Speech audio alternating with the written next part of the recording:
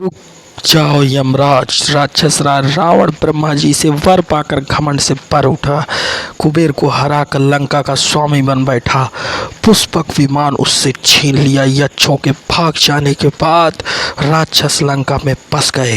रावण का आतंक पूरी दुनिया में फैल गया। क्या देवता क्या मनुष्य सब उससे आतंकित रहने लगे। रावण अपने को ब्रह्मांड का स्वामी समझने लगा। उसे लोगों को सताने में आनंद आता था।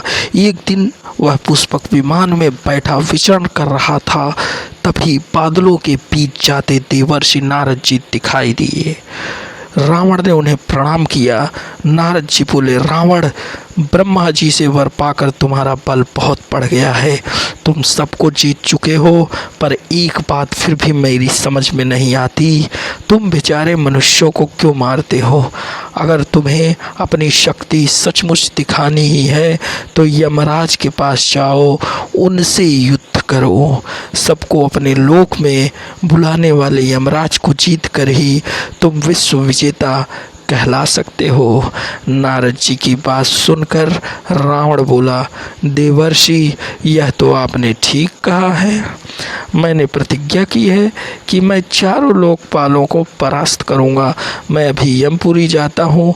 सब प्राणियों को मृत्यु देने वाले सूर्यपुत्र यम को मैं मार डालूंगा। इतना कहकर रावण दक्षिण दिशा में चल पड़ा। नारद जी भी तुरंत यमपुरी की ओर चल दिए और रावण से पहले ही वहां पहुंच गए।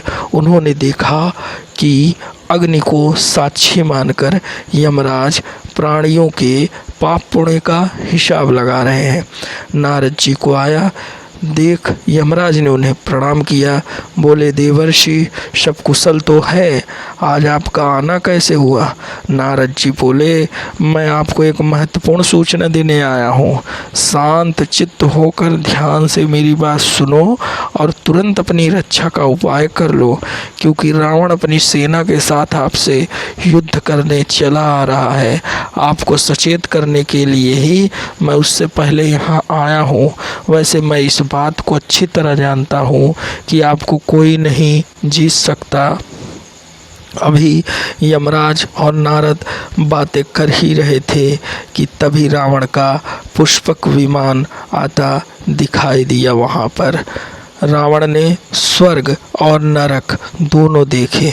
स्वर्ग में पुण्यात्मा अपने सत्कर्मों के बल पर सुख से थे, दूसरी ओर पापी लोग भयंकर कष्ट पा रहे थे।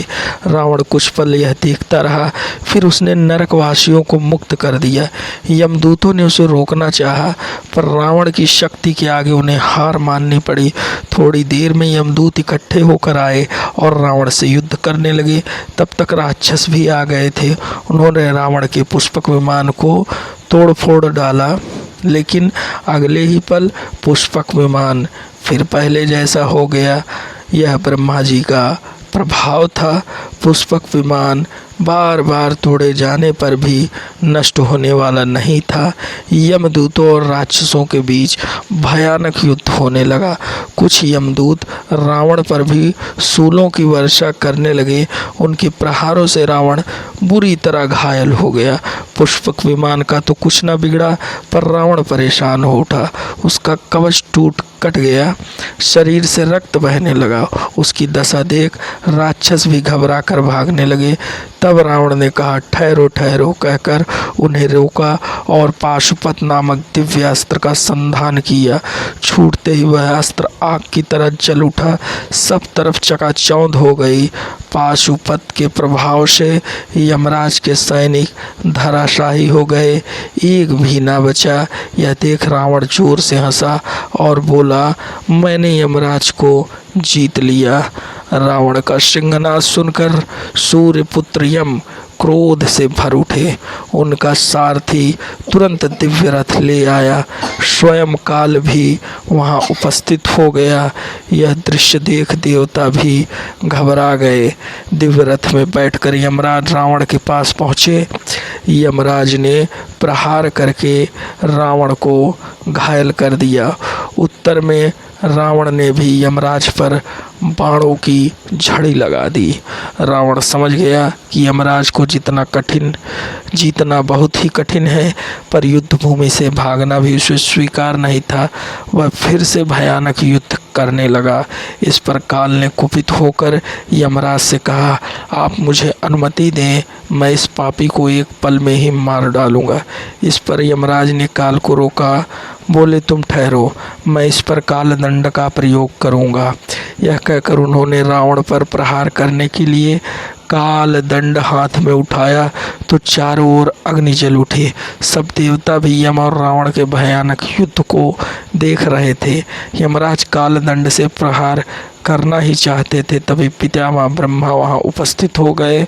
उन्होंने यमराज का हाथ थाम लिया, बोले, रुक जाओ यमराज, काल दंड चलाने से पहले मेरी बात सुनो। मैंने रावण को वर दिया है कि वह देवताओं के हाथों नहीं मारा जाएगा, तब मेरा दिया वरदान असत्य हो जाएगा। वरदान की मर्यादा नष्ट हो जाए, यह ठीक नहीं है। यह सुनकर यमराज ने तुरंत कालदंड को नीचे रख दिया। बोले, आपके वरदान और कालदंड दोनों का सम्मान करना ही मेरा परम धर्म है। अगर इनकी मर्यादा नष्ट हुई तो फिर हम कहाँ रहेंगे, और जब मैं इस निशाचर को मार नहीं सकता तो फिर युद्ध करने से क्या लाभ। इतना कहकर यमराज वहाँ से लोप हो गए।